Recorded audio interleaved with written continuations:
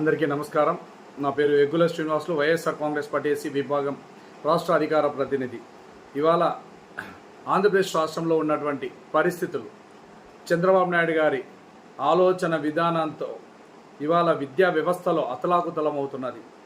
చంద్రబాబు నాయుడు గారి పరిపాలనలో విద్యార్థుల భవిష్యత్తు అంధకారంలోకి వెళ్ళడం జరిగింది. నిర్లక్ష్య ధోరణిగా ఈ ప్రభుత్వ వైఖరి విద్యార్థుల పైన చూపించడం జరుగుతుంది. అందులో భాగంగా ఇవాళ పార్వతీపురం మన్యం జిల్లా కురుపం బాలికల గిరిజన గురుకుల పాఠశాల విద్యార్థుల పరిస్థితులు అతలాకుతలం, మరణాలకు ప్రభుత్వ నిర్లక్ష్య ధోరణి కారణమైనది. ఇందులో పరిస్థితి ఎలా ఉంది అంటే, బడుగు బలహీన వర్గాల విద్యార్థుల భవిష్యత్తును నిర్లక్ష్య ధోరణిగా ప్రభుత్వ వైఖరి, ప్రభుత్వ విధి విధానాలు ఈ విధంగా నిర్వహించడం జరుగుతుంది.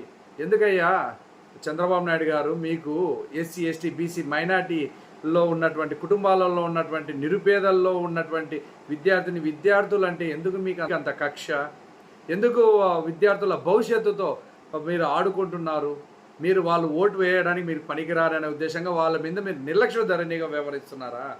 అయ్యా చంద్రబాబు నాయుడు గారు, ఇవాళ ఈ ప్రభుత్వం తీవ్రమైన నిర్లక్ష్యంగా వ్యవహరించడం జరుగుతుంది. విద్యార్థుల జీవితాలతో, విద్యార్థుల విద్యతో. పార్వతీపురం మన్యం జిల్లా కురుపల్లి బాలికల గురుకుల పాఠశాలలో ఆర్ఓ ప్లాంట్ పాడైపోవడం వలన కలుషితమైన నీరు పిల్లలు సేవించి ఇవాళ ప్రాణాలు పోయే పరిస్థితి ఈ ప్రభుత్వం వైఖరి పిల్లలపైన ఈ విధంగా ఉన్నది. నీరు తాగి ప్రాణాలు వదులుకునే పరిస్థితికి విద్యార్థులు రావడం జరిగింది. దీంతో 170 మంది విద్యార్థుల తీవ్ర అనారోగ్యానికి గురి అవ్వడం, ఒకేసారి అంతమంది పచ్చకామర్లతో గురి కావడం రాష్ట్ర చరిత్రలో ఇదే తొలిసారి. మలమూత్రములతో కలుషితమైన త్రాగునీరు తాగి ఈ వ్యాధి వ్యాపించడం జరుగుతున్నది అని వైద్యులు తెలియపరచడం జరుగుతుంది. విద్యార్థుల భవిష్యత్తుతో ఎందుకయ్యా చంద్రబాబు నాయుడు గారు? దీంతో 175 మంది విద్యార్థులు తీవ్రమైన అనారోగ్యానికి గురి అవ్వడం ముఖ్య కారణం ఒకేసారి ఇంతమంది పచ్చకామర్లతోనూ గురి కావడం రాష్ట్రంలో ఇదే తొలిసారి.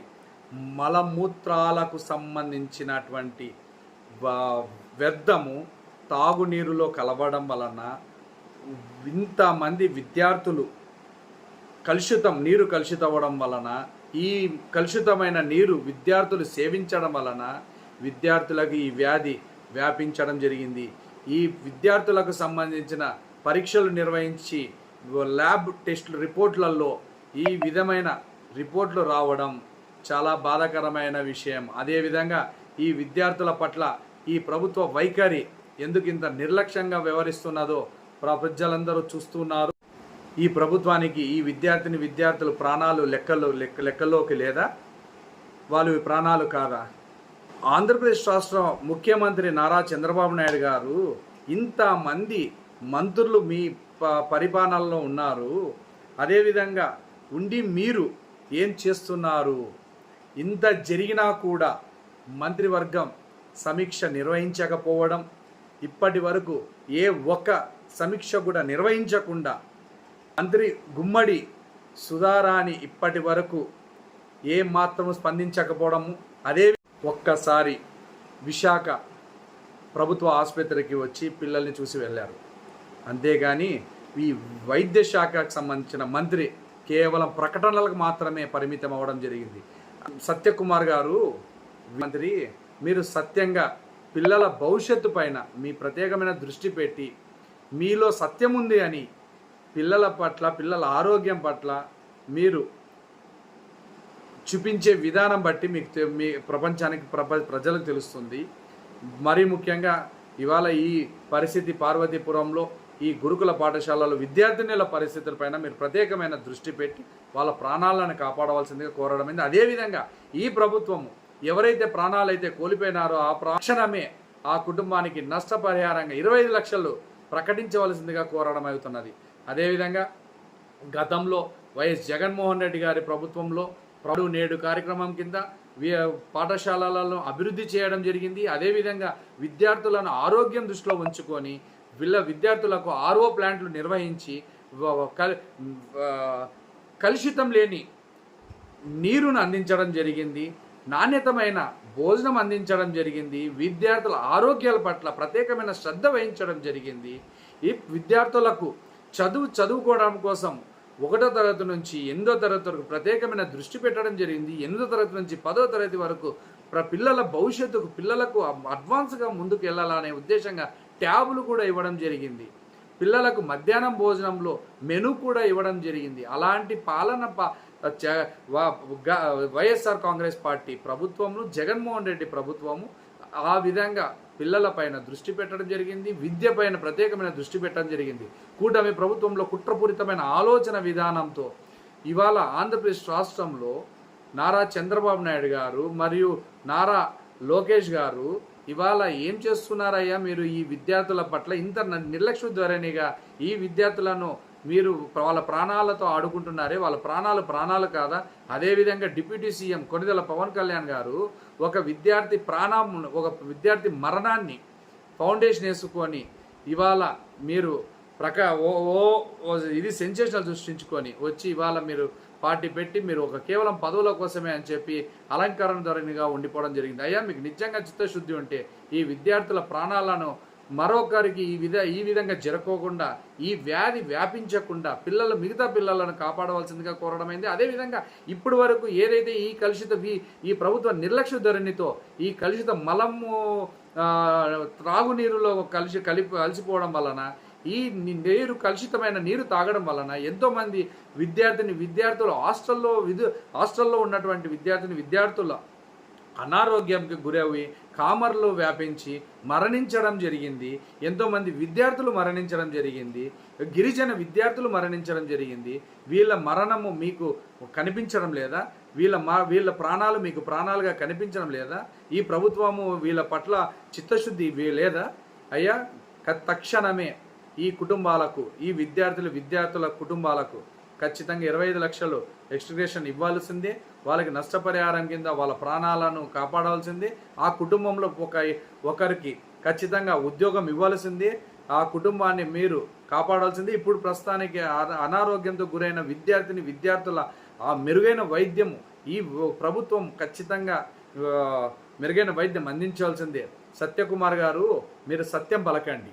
విద్యార్థుల భవిష్యత్తుతో మీ విద్యార్థుల ఆరోగ్యాలతో మీరు సత్యం పలికి సత్యముగా మీరు వివరించండి. పేరు పెట్టుకోవడం కాదు సత్యం అని, సత్యకుమార్ యాదవ్ అని పేరులో తగిన విధంగా సత్యంగా వైద్యం అందించిన వైద్య శాఖ మంత్రి అనే విధంగా మీరు రాండి. ఈ కూటమి ప్రభుత్వంలో కుట్రపూరితమైన ఆలోచన విధానంతో ఉన్న ఈ కూటమి ప్రభుత్వంలో మీరు కూడా కూటమిగా ఏర్పడ్డారు కాబట్టి మీరు కూడా ఈ విధంగా ఈ కుట్రపూరితమైన ఆలోచన విధానంతో మీరు కూడా ఉన్నారని అనిపిస్తుంది. వైద్య శాఖ మంత్రి అదేవిధంగా విద్యాశాఖ మంత్రి నారా లోకేష్ గారు ప్రత్యేకంగా మీరు విద్యార్థుల పట్ల మీకు ఏమాత్రం అవగాహన లేదు అని మాత్రం ఈ పరిస్థితుల ప్రకారంగా తెలిసిపోతా ఉంది.